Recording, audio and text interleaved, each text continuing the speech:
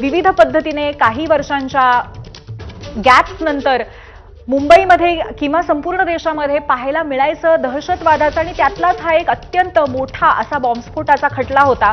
परंतु या खटल्याच्या बाबतीमध्ये आता मात्र आज हायकोर्टाने अत्यंत धक्कादायक असा निकाल दिलेला आहे। यामध्ये 11 दोषींची निर्दोष मुक्तता करण्यात आलेली आहे। एका दोषीचा या खटल्यादरम्यान मृत्यू झालाय।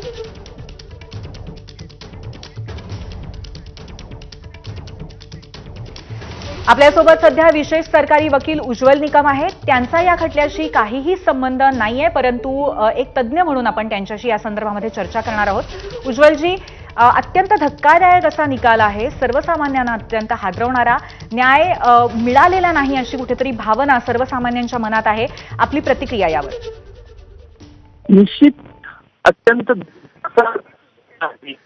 कारण 12 मार्च 1993 ज्या पद्धतीने साखळी बॉम्बस्फोट मुंबईत घडवण्यात आले तशाच पद्धतीचे आरडीएक्स वापरून 2006 रेल्वेमध्ये बॉम्बस्फोट घडवण्यात आले।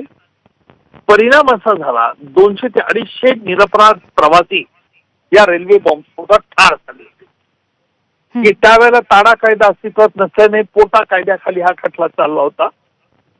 पोटाखाली कायद्याखाली सक्षम पोलीस अधिकाऱ्यांनी काही आरोपींचे कबुली जबाब देखील घेतले होते।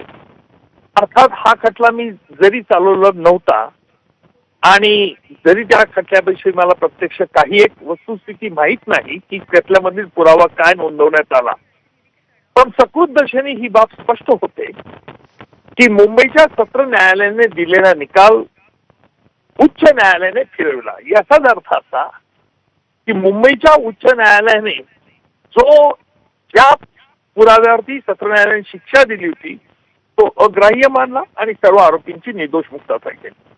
माझ्या मते या खटल्यामध्ये काही आरोपींना फाशीची शिक्षा देखील झालेली होती आणि हे सगळेच आरोपी निर्दोष सुटल्यामुळे एक नागरिक म्हणून जेवढं मला दुःख आहे तेवढं प्रत्येकालाच दुःख असणार यात शंका नाही। प्रश्न असा आहे की सरकारला याबद्दल एकदा पुन्हा ह्या निकालपत्राची चाचपणी करून सर्वोच्च न्यायालयात अपील दाखल करावं लागेल। जर सर्वोच्च न्यायालय अर्थात मुंबई उच्च न्यायालयात या शिक्षेला सोडण्याच्या याला जर स्टे काही मागितला असता किंवा असेल तर मग मात्र आरोपी तुरुंगातून लगेच सुटणार नाही।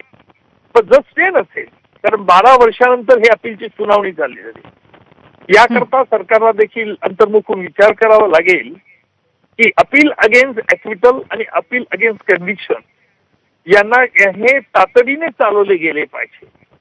कारण असं आहे की काही खटल्यांमध्ये आरोपी सत्र न्यायालयात निर्दोष सुटतात, त्याच्यावर सरकार अपील करतं, परंतु त्यांची सुनावणी बरेच वर्ष होत नाही आणि तो निर्णय फिरवण्यात आल्यानंतर मात्र धक्का बसत असतो।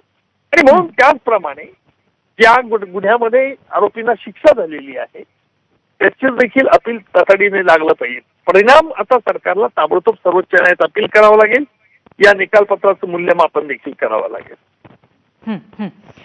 धन्यवाद उज्ज्वलजी, तुम्ही आम्हाला या संदर्भामध्ये व्यवस्थित सविस्तर माहिती दिलीत आणि त्याच्यावर प्रतिक्रिया दिलीत त्याबद्दल।